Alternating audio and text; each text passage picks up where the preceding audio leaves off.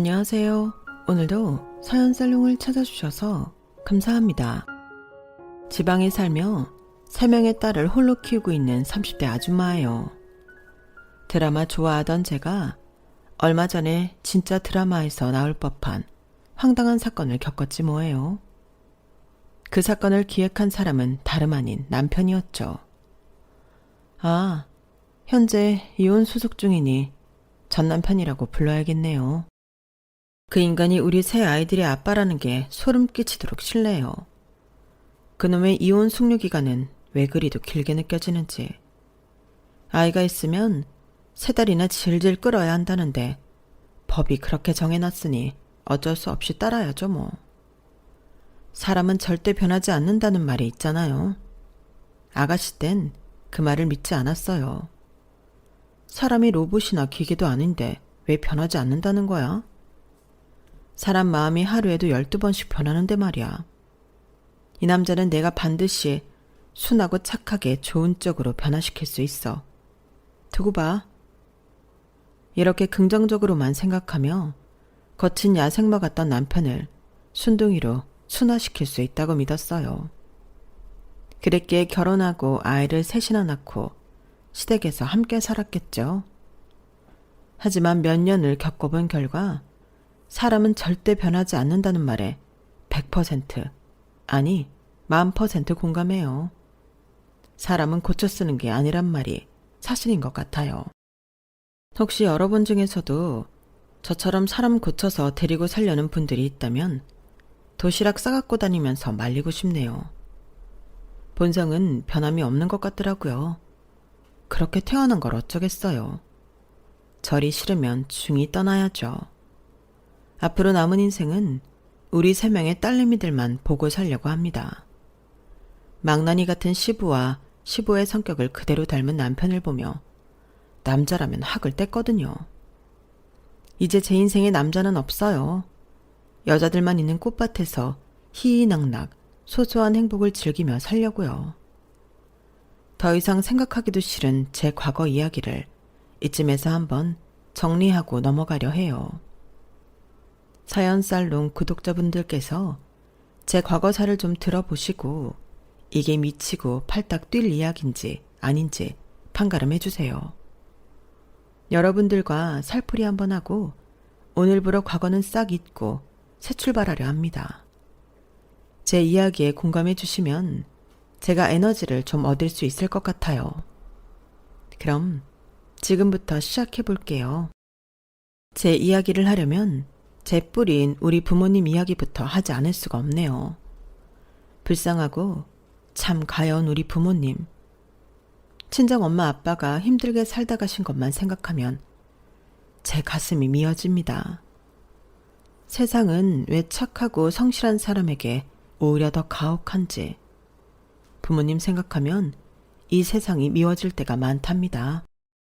너무 착해 빠지기만 하면 우리 부모님처럼 세상으로부터 이용당할 수 있다는 걸 깨닫기도 했고요. 저희 부모님은 두 분 다 청소부로 만나셨어요. 둘 다 조실부모하고 농촌 출신으로 상경해 어렵게 살아가다 같은 직업을 갖고 만나게 되니 공통점이 많아서 더 쉽게 사랑에 빠질 수 있었나 봐요.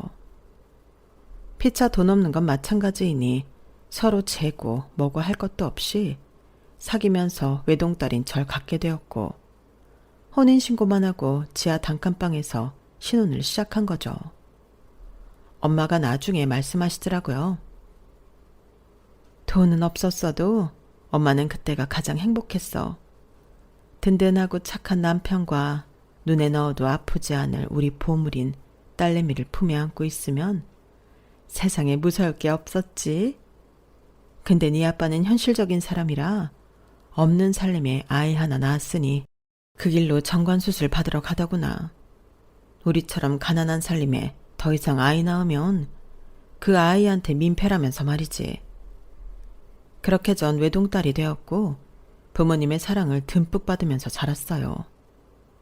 아빠는 더 이상 청소부 월급만으로 집 한 채 사기도 힘들다고 판단하셨는지 독립해서 본인만의 청소업체를 차리셨어요. 성실함이 우리 아빠의 무기이니 그 특장점을 살려 본인이 직접 발로 뛰며 영업을 뚫었고 청소 업체를 점점 확장하셨어요. 그 노력 덕분에 단 몇 년 만에 직원들만 수십 명인 어엿한 사업체가 될 수 있었죠. 청소업체가 완전히 자리를 잡자 그제서야 우리 아빠한테도 돈이 좀 쌓였는지 집을 점점 넓혀 이사가게 되었어요. 우리 부모님이 얼마나 짠돌이었는지 우리는 돈이 있는 시점에 단 한 번도 100% 포장 이사를 해본 적이 없어요. 3-4번 이사하는 과정에서 조금이라도 돈을 아껴보고자 우리 식구가 다 비닐에 짐을 싸고는 배송만 해줄 수 있는 트럭을 불러 이사를 했더랬죠. 이렇게 온 식구가 허리띠 졸라매고 살았어요. 덕분에 최종적으로 아파트를 한 채 사게 되었어요. 그것도 대단지 역세권에 방 4개짜리 무려 40평대 아파트라니. 쥐와 바퀴벌레가 드글드글 하던 반지하 단칸방 월세집에서 40평대 아파트를 얻었으니 체감상 한 400평 집에 사는 것 같더군요. 40평 아파트에 이사 들어가는 날 엄마가 들어가서 무릎 꿇고 오열하더라고요. 너무 기뻐서 말이죠. 지연 아빠, 수고 많았어요. 당신이 밤낮으로 뛰어다니며 일한 덕분에 이런 호사를 다 누려보네요. 한낱 청소부였던 내가 남편 잘 만나서 뒤웅박팔자가 되었네요. 고마워요. 지연아, 우리 가족이 진짜 성공했구나.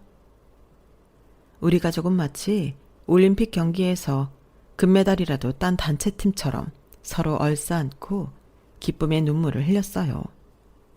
그게 아마 우리 가족의 최고 정점이었던 것 같아요. 그렇게 우리 가족이 안정적으로 삶을 영위할 수 있게 되자 하나뿐인 친척인 고모가 지속적으로 돈을 좀 보태달라고 요구하더군요. 일단 고모의 결혼이 그 시작점이었죠. 아, 오빠 새언니, 내가 오래 만난 남자친구 알지? 나 그 남자랑 결혼하기로 했어요. 근데 지금 시부모님들이랑 지하방에서 다 같이 살던 그 단독주택이 경매로 나왔다지 뭐예요. 그래서 말인데요.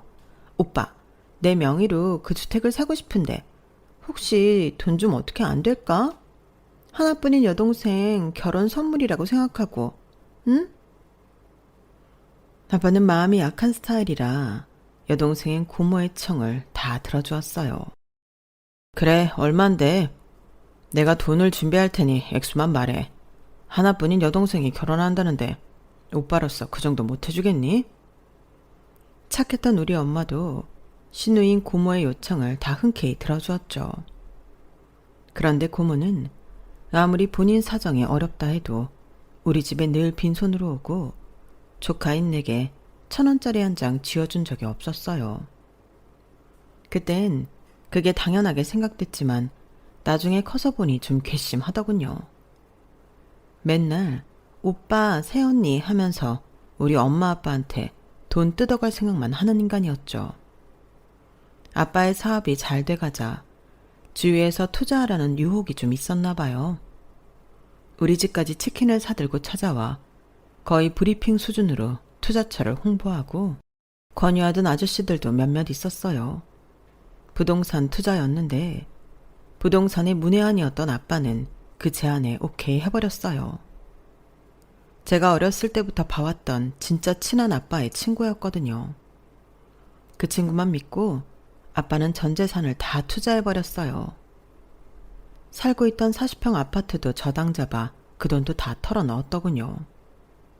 빠른 시일 내에 원금의 몇 배 수익을 보장한다고 호언장담했던 아빠의 친구는 그날부로 연락이 두절되었어요. 모든 게 사기였다는 사실을 알고는 아빠는 크게 충격을 받은 나머지 쓰러지고 말았어요.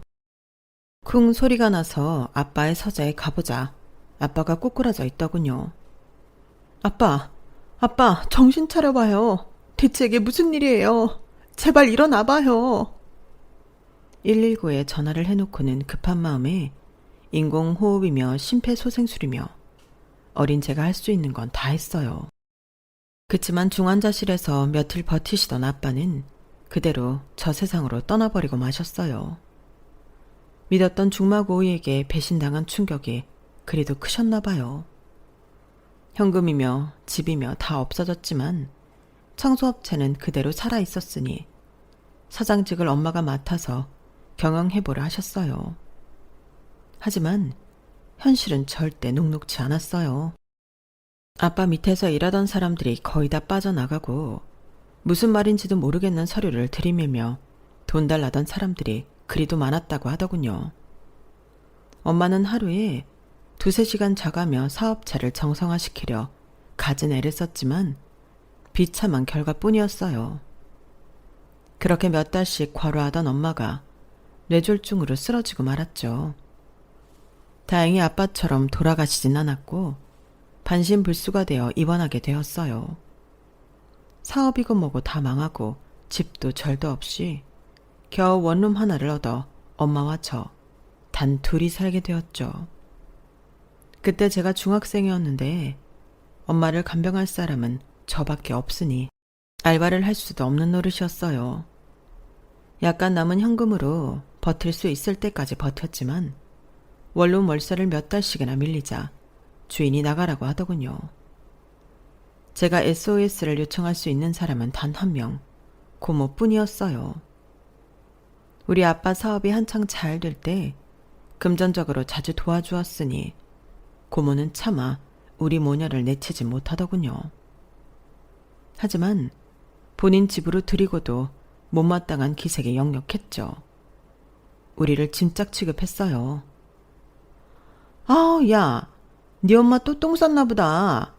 먹은 것도 별로 없는데 무슨 똥오줌을 저리도 많이 싸대니? 피도 안 섞인 새언니 똥을 내가 치울 수는 없으니 딸내미 네가 어떻게 좀 해봐. 온 집안에 똥냄새 다 풍기기 전에. 더러워 정말. 고모, 우리 엄마가 몸만 못 움직일 뿐이지 다 듣고 다 느끼는데 꼭 그렇게 못되게 말해야겠어요? 창고방 하나에서 문 꽁꽁 닫고 살게 하면서 무슨 똥냄새가 온 집안에 풍긴다는 거예요. 정말 너무한 거 아니에요? 뭐가 너무한다는 거야? 조그만 게 감히 고모한테 자꾸 눈을 기고 하면 너랑 네 엄마 이 집에서 당장 내쫓아버릴 거야. 고모, 나도 알 건 다 아는 나이에요. 이 집 누가 사준 건데요? 다 우리 아빠 돈으로 산 거 아니에요? 나가려면 고모네 식구들이 나가야죠. 안 그래요? 제가 바른 말을 하니 아무 말도 못하고 씩씩거리던 고모였지만 그 이후로도 고모의 구박은 계속되었어요. 진짜 서러워서 눈물이 다 나더군요. 힘겹게나마 말을 조금 할 수 있던 엄마도 울면서 말했어요.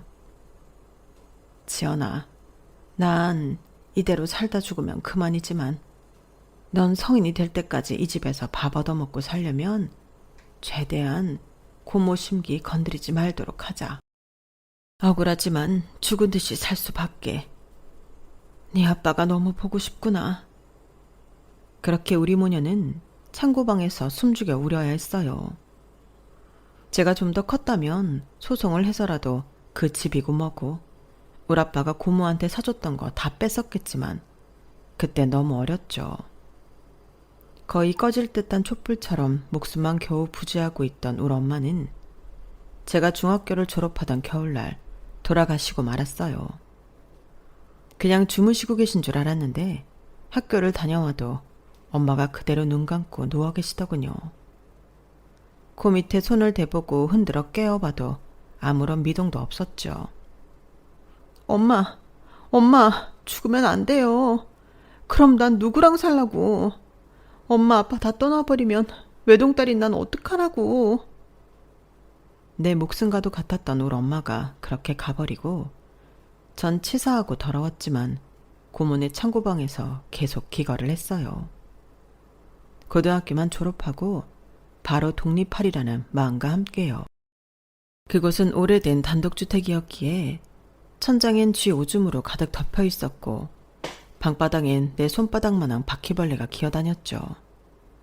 하루는 자다가 바퀴벌레 한 마리가 제 귓구멍으로 들어오는 게 느껴지길래 너무 소름 끼쳐서 꽥 소리를 지르고 말았어요.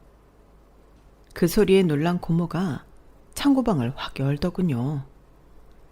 야, 너 미쳤어? 왜 오밤중에 소리를 지르고 지랄이야? 바퀴벌레가 내 귀 속으로 들어오려고 하길래 죄송해요 고모. 가서 주무세요. 아, 살다 별생쇼를 다 하네. 나 더 이상 너랑 못 살겠다. 신경 쓰이는 게 어디 한두 개여야지. 네 엄마 죽었을 때 너까지 쫓아냈어야 했는데. 우리 남편이나 우리 애들도 너랑 같이 사는 거 싫어하고 이 방 다른 사람한테 세주면 월세 받을 수 있으니 이제 그만 나가줘야겠어. 고모, 너무한 거 아니에요? 우리 엄마 돌아가셨다고 바로 날 쫓아내는 거예요? 우리 아빠가 고모한테 준 돈 다 내놔요 그럼. 뭐라고? 이 배은망덕한 년이? 증거 있어? 니네 아빠가 나한테 다 현금으로 줬는데 계좌에 찍히지도 않은 금액 증거 있냐고. 내가 널 부양해야 할 의무는 없으니 이제 그만 내 집에서 나가줘야겠다. 내일 아침에 당장 나가. 학교는 다니든지 말든지 마음대로 하고 말이야. 전 진짜 마지막이라고 생각하고 고모한테 냅다 질렀어요. 고모가 날 남이라 생각하니 나도 남한테 쌍욕 날린다 생각하고 말이죠. 야, 배은망덕한 년은 바로 너야. 우리 아빠 살아계실 때 맨날 빈손으로 와서 살랑거리며 돈 뜯어가더니 이제 다 돌아가시니 입 딱 씻어? 넌 내 고모도 아니야. 반드시 나중에 천벌 받을 거야. 오밤중이고 뭐고 전 대충 짐을 싸서 나와버렸어요. 지하철역 근처에 가장 밝은 곳에서 잠을 청했어요. 심란한 마음에 뜬 눈으로 지샌 저는 근처 PC방 알바 자리를 구해서 한 달간 지낼 수 있었어요. 제대로 씻지도 못하고 거지처럼 말이죠. 다니던 고등학교에 자퇴서를 제출하고는 한 달간 PC방에서 차비 정도만 벌면서 버팅기다가 충동적으로 지방으로 향하는 기차에 몸을 실었어요. 서울이 지긋지긋했거든요. 부모님께 말로만 들었던 엄마의 고향으로 향했어요. 아무런 연고도 없는 곳이었지만 그곳으로 가면 엄마의 숨결을 느낄 수 있을 것만 같았거든요. 엄마를 화장해서 뿌렸던 강가에 가서 목 놓아 엄마 아빠를 부르며 울었어요. 엄마 아빠, 두 분이 하늘에서 잘 살고 계신 거죠? 너무 보고 싶어요. 엄마 아빠, 저 혼자 열심히 살아볼게요. 이 다음에 하늘나라에 가거든 엄마 아빠 자랑스럽게 만날 수 있게 말이죠. 그때까지 기다려주세요. 목이 쉬도록 엄마 아빠를 부르고 나니 오히려 기운이 좀 나는 것 같았어요. 주머니에 든 전 재산 몇십만 원이 마치 몇 억처럼 든든하게 느껴지더군요. 지방이라 고시원비도 다소 저렴하더라고요. 보증금 50만 원에 월세 20만 원씩 내야 하는 고시원에 둥지를 틀고 열심히 구인 광고를 찾아봤죠. 다행히 근처 세라믹 코팅 공장에 자리가 있더군요. 가서 거의 사정하듯 제발 뽑아달라고 간청했어요. 팀장이라던 남자가 면접을 봤는데 웬 실없는 소리만 실컷 하더군요. 예쁘장하게 생겼으니 뽑아줘야겠네.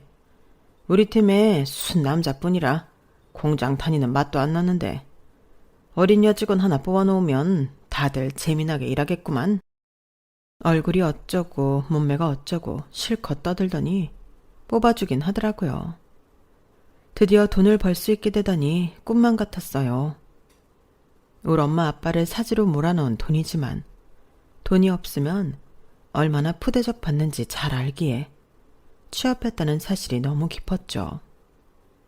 세라믹 식기들의 유약을 바르거나 코팅을 입히는 작업이었는데 스프레이로 쫙 바르고 나면 아무리 마스크를 썼어도 눈과 입으로 다 들어오는 느낌이었어요. 참으로 고된 노동 환경이었지만 달마다 따박따박 들어오는 돈을 보면 힘이 드는 줄도 몰랐죠. 엄마 아빠가 자린고비처럼 사시는 걸 보며 자랐으니 저 또한 알뜰하게 사는 건 당연했어요. 몇 년을 안 쓰고 안 먹고 일하며 모으다 보니 통장에 꽤 두둑하게 쌓이더군요.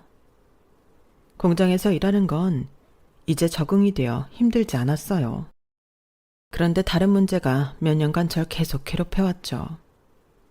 바로 절 면접에서 뽑아줬던 그 팀장님의 괴롭힘이었어요.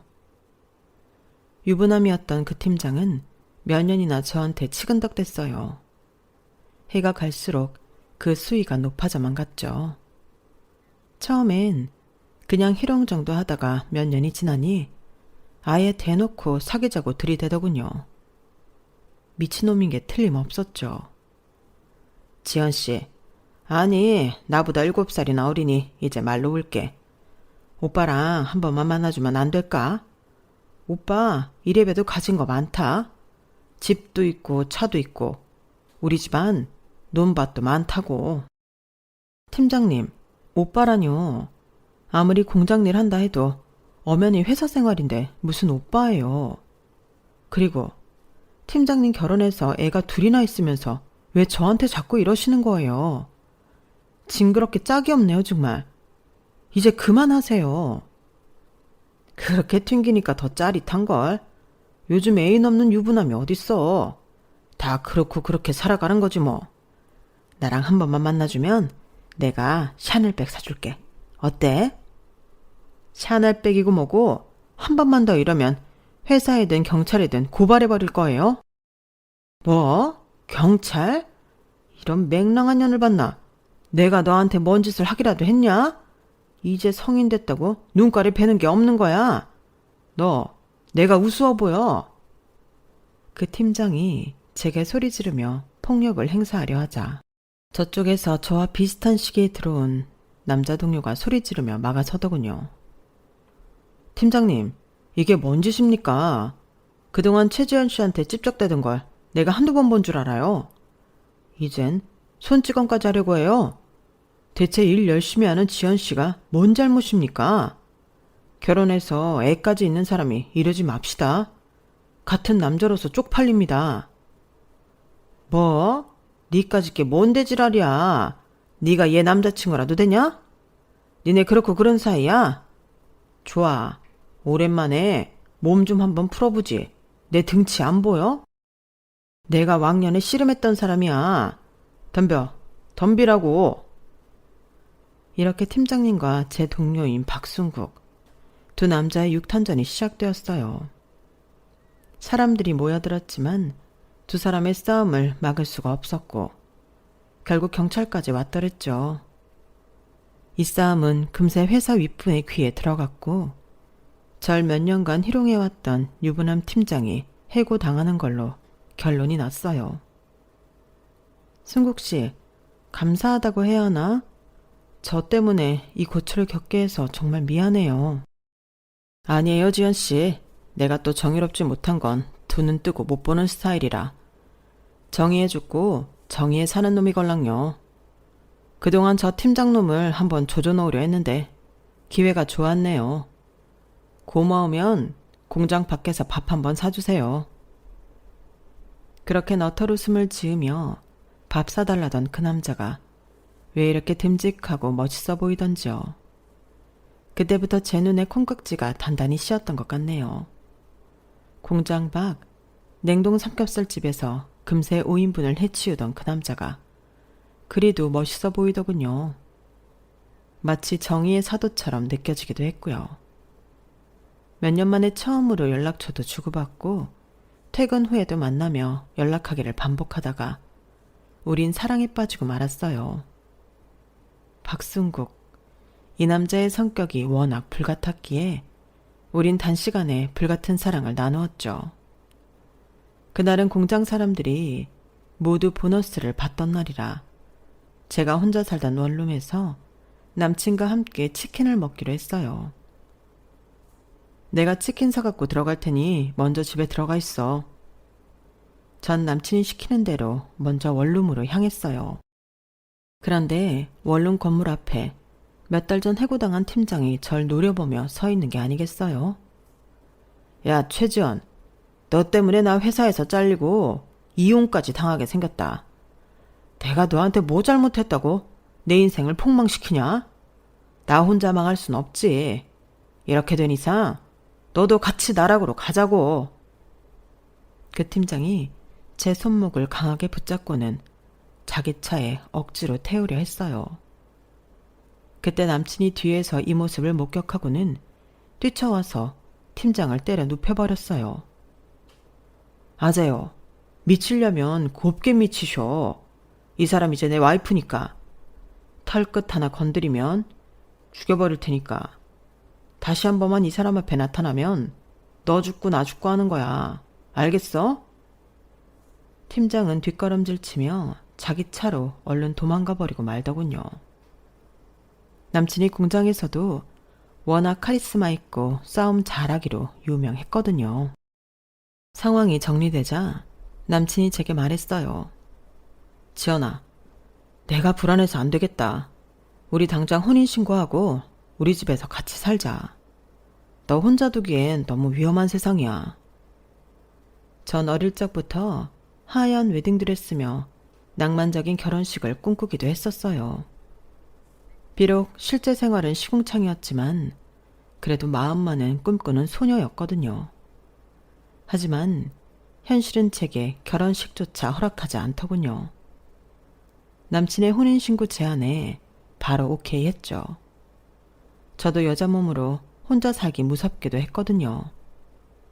어차피 전 부모님이 안 계시니 남친과 혼인신고하러 가기로 한 날, 남친 부모님을 한번 뵙기로 했어요. 남친 집안도 시골에서 농사 지으며 없이 살긴 마찬가지이니 저와의 결혼에 대해 반대하지 않으실 거라 하더군요. 하지만 그건 남친 혼자만의 생각이었죠. 예비 시모는 좋은 분이었어요. 하지만 남친 집안 자체가 워낙 가부장적인 집안이었기에 예비 시부가 절 싫어하는 티를 팍팍 내니 분위기가 싸해지더군요.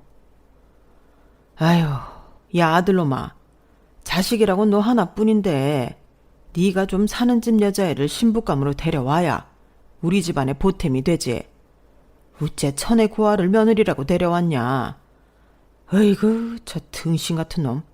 어차피 니네끼리 혼인신고 뭐뭐뭐 다 약속했다며. 웬 거지 같은 년이 우리 집안에 들어와서 쌀이나 축내게 생겼구나. 아유, 속 터져. 처음 본 할아버지한테서 웬 욕지거리를 들으니 속에서 천불이 나더군요. 아버님, 천의 고아라뇨. 저희 엄마 아버지 제가 다 커서 돌아가셨습니다. 조실부모한 제 탓인가요? 혈혈단신으로 아무 연고도 없는 이곳에 들어와서 열심히 일해서 돈도 꽤 모았습니다. 순국 씨가 어머님 아버님 모시고 살았으면 해서 시댁에서 신혼을 시작하려는 거지. 아주 조그만 아파트 한 칸 장만할 돈 정도는 있습니다. 저 거지 아니라고요. 뭔가 자기 아버지와 여친인 제가 싸움이 일어날 것 같자 남친은 얼른 분위기를 쇄신하려 노력하더군요. 자자, 아빠 들으셨죠? 우리 지연이 돈 많이 모아놨다고요. 워낙 성실한 사람이라 이 집 살림도 깔끔하게 잘할 거예요. 그럼 허락하신 걸로 알고 저희는 혼인신고하러 갑니다. 짐은 이번 주 주말에 갖고 들어올게요. 둘이서 지지고 볶고 살든지 말든지 마음대로 해라. 쎄한 분위기를 뒤로하고 나오려는데 예비시모가 뒤따라 나오며 제 손을 붙잡고 말하더군요. 아가씨, 우리 바깥 양반이 한 말은 내가 대신 사과할게요. 어린 나이에 조실부모하고 혼자서 얼마나 고생하며 살았어. 가엾기 그지없구만. 그런데 이 결혼 다시 생각하면 안 될까? 내가 보기에 아가씨가 훨씬 아까워. 우리 집안 남자들이 워낙 기가 세서 나도 성격 다 죽이고 살아온 지 30년이 넘어가네. 또 다른 희생양을 만들고 싶지 않아. 옆에서 듣고 있던 남친이 눈을 희번떡거리며 예비 시모에게 소리쳤어요. 아니 엄마, 다 된 밥에 재 뿌리는 것도 유분수지. 엄마가 뭘 한다고 그래. 지금 혼인신고하러 갈 거니까 엄만 뒤로 빠져요.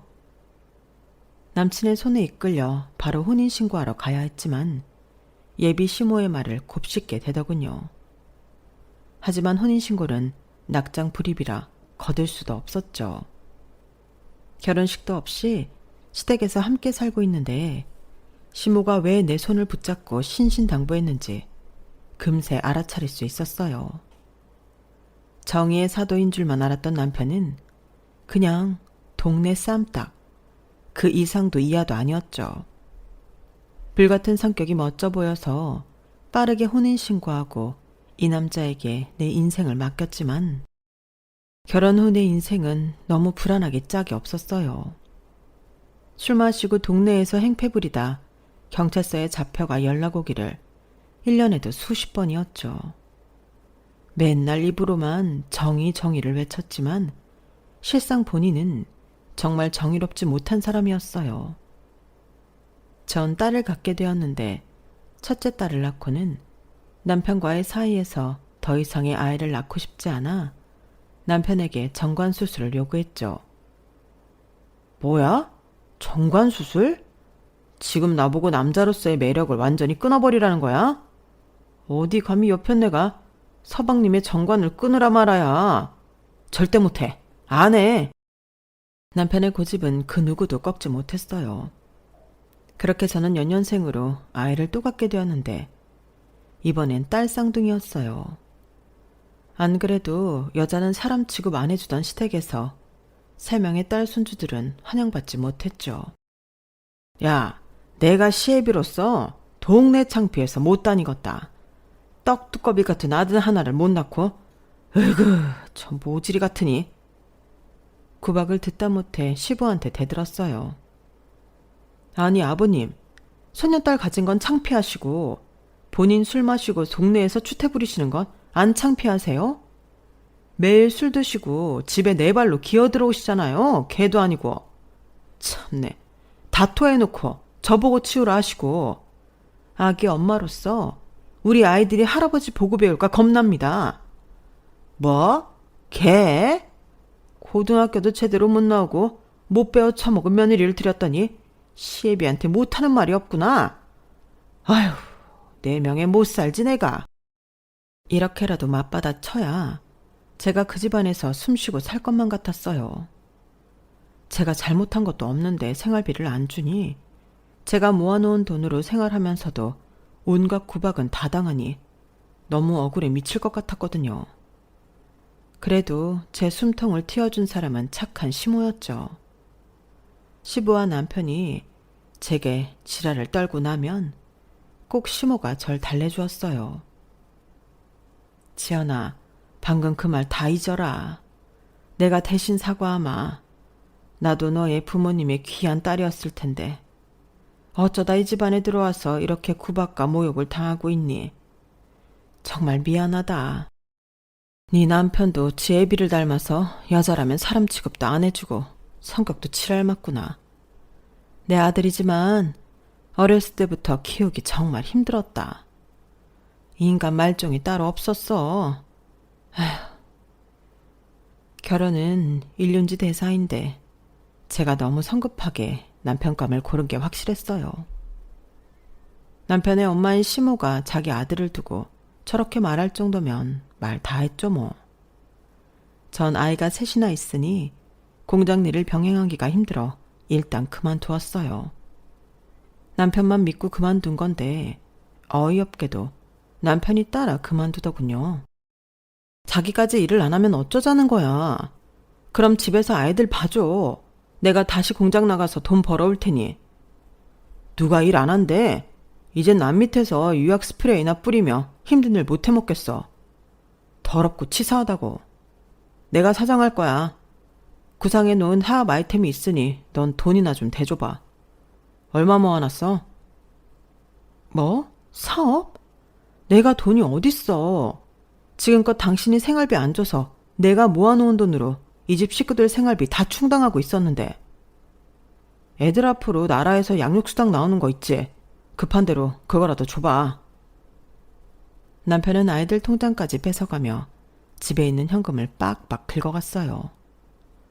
제가 몸으로 막아봐도 그 사람의 힘을 당해낼 수가 없었죠. 남편은 사업한답시고 집에 잘 들어오지도 않았어요. 그렇게 무일푼이 된 저는 아이들 분유값이라도 벌기 위해 다시금 구인 광고를 찾아가며 일자리를 구하려고 했죠. 그런데 정기적으로 받는 아이들 영유아 검진에서 막내딸 심장 소리가 안 좋다는 소견을 받았어요. 그 지방 대학병원에 가서 검진을 받아보니 당장 심장 수술을 하는 게 좋겠다고 하더군요. 그 조그만 아이 가슴에 칼을 댈 생각을 하니 엄마인 제 가슴이 미어지더군요. 그래도 수술만 하면 좋아진다니 수술을 감행했어요. 당장 돈이 없으니 돈줄을 쥐고 있는 시부에게도 요청해 봤지만 돈 한 푼 안 보태주더군요. 어쩔 수 없이 대출까지 받아 수술해야 했죠. 겨우 연락이 닿은 남편에게 막내가 심장 수술했단 얘기를 전했어요. 그랬더니 돌아오는 대답이 가관이더군요. 아이고 저런. 그러게 누가 그런 약한 딸 낳으래? 아들내미였다면 심장에 이상도 없었을 거야. 딸내미는 아무짝에도 쓸모가 없다니깐. 여튼 나 수술비 댈 돈 없어. 당신이 엄마니까 알아서 해. 뭐라고? 지금 너 뭐라고 했어? 야 이 새끼야. 네가 우리 미소 아빠 맞냐? 애기가 심장을 다 열고 수술한다는데 뭐가 어째? 넌 여자인 니네 엄마 없었으면 이 세상에 어찌 나올 수 있었는데 남자면 다냐? 이런 개망나니 새끼 같으니라고. 당장 이혼해. 아빠 역할도 못하는 병신이랑은 더 이상 엮이기 싫으니까. 불같은 성격의 남편이 바로 병원으로 달려오더군요. 우리 막내딸 미소를 보기 위해서가 아니라 저한테 분풀이하기 위해서 말이죠. 중간에 있던 시모가 말려서 그나마 큰 싸움은 안 났지만 우린 속사포로 이혼 절차를 밟았더랬죠.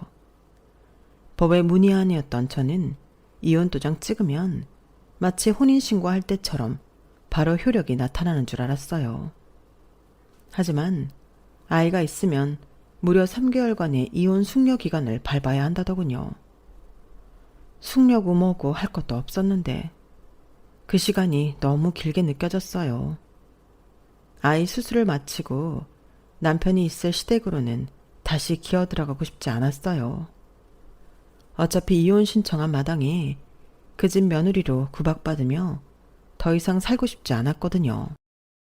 하지만 다른 곳에 거처를 마련할 돈이 한 푼도 없었어요. 그때 시모가 구세주처럼 돈을 좀 건네주더군요. 미안하다 아가. 우리 손녀딸들한테 결국은 몹쓸 짓을 하는구나. 우리 막내 손녀딸 심장 수술할 때 건네주려 했던 돈인데 네가 대출받아서 했다기에 다시 갖고 있었다. 이 돈은 네 시아버지한테 눈칫밥 먹으며 조금씩 뒤로 꿈쳐둔 돈이야. 이게 내 전 재산이다.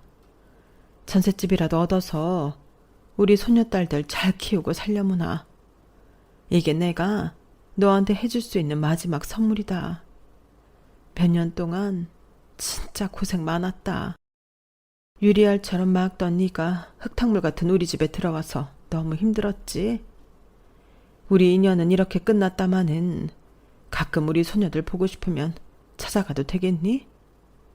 그것만이라도 허락해 다오 며느리야. 시모는 돈을 건네주며 오히려 미안해 하셨어요. 내 고생을 알아준 시모의 따뜻한 마음이 전해져 눈물까지 나더군요. 진짜 몇 년간의 마음고생, 몸고생이 다 보태진 내 피눈물이었죠. 어머님, 제 마음 다 알아주시는 건 세상에서 어머님밖에 없네요. 그래도 몇 년간 어머님 덕분에 숨쉬고 살 수 있었어요. 어머님 아니었다면 애징작 도망갔겠죠. 저의 아이들은 어머님 핏줄 나눠 가진 아이들이니 손녀딸 보고 싶으시거든 언제든 오셔도 돼요. 이 돈 정말 감사합니다.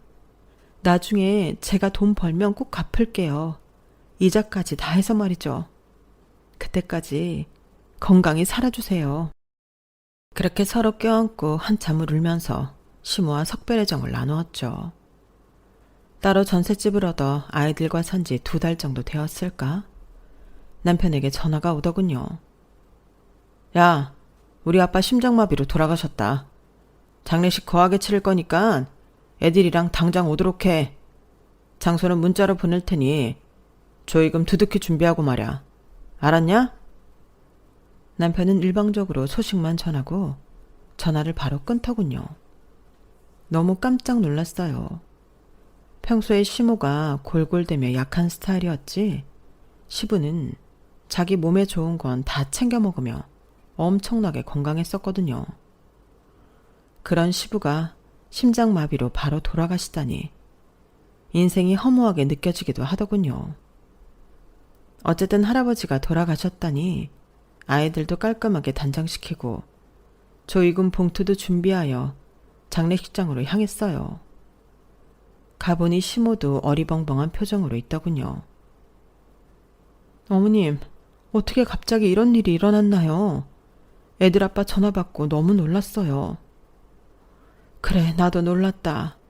내가 외출하고 없는 사이에 심장마비로 쓰러져서 그대로 죽어버렸다는구나. 순국이가 발견해서 화상까지 바로 해버렸대. 난 죽은 내 남편 시신도 못 봤구나. 아휴, 평생 날 구박한 남편이지만 하루아침에 이런 일이. 시부의 장례식을 마치고 아이들과 집으로 돌아왔는데 시모가 문자를 하나 보내더라고요. 지금 순국이 몰래 너한테 문자 보낸다. 내 아들이지만 믿을 수가 없다. 단문 보내지 말고 얼른 이 집으로 좀 와주겠니? 나 혼자 어찌할 바를 모르겠구나. 시모의 문자를 받은 전 기분이 너무 이상했어요. 시모가 이렇게 문자를 보낼 정도면 뭔가 이상한 일이 벌어지고 있는 게 틀림없었죠. 아이들을 옆집 할머니한테 맡기고는 시댁으로 달려갔어요. 시댁 현관문은 원래 고장이 나서 잘 닫히지 않았기에 그 틈으로 조용히 들어갈 수 있었죠. 그랬더니 제 눈을 믿지 못할 정도로 놀랄만한 광경이 펼쳐지고 있었어요. 바로 방금 장례식까지 치른 시부가 거실에 앉아서 아들인 남편과 희희낙낙하고 있는 게 아니겠어요? 그들은 무슨 작당을 그리도 재미있게 꾸미던지 제가 들어온 것도 눈치 못 채고 대화를 이어갔어요. 본능적으로 핸드폰 동영상 촬영을 했죠. 소리 안 나게 조심하면서 말이죠. 아빠, 나 머리 좋죠? 아빠가 죽고 이제 곧 받을 보험금으로 우리 다른 지방 가서 아방궁 찍고 파출 보며 운전기사 부리면서 기깔나게 살아보자고요. 내가 이거 같이 계획한 관계자한테 뇌물 다 줬으니 아빠 새로운 신분으로 싹 갈아입혀 줄 거예요. 완전히 새로운 인생으로 거듭나는 거죠. 하. 아들아. 내 아들이지만 너 잔머리 돌아가는 거 하나는 알아줘야 해. 그래, 어서 짐 싸zas구나. 근데 사망보험금은 언제 나온대냐? 통장에 10억 넘게 찍힐 거 구경이나 한번 해보고 쓰게. 뒤에서 그들을 귀신 보는 것처럼 덜덜 떨며 보던 시모가 한마디 하더군요. 지금 이게 다 뭔 짓들이야? 감옥 갈 짓들을 꾸미고 있는 거야?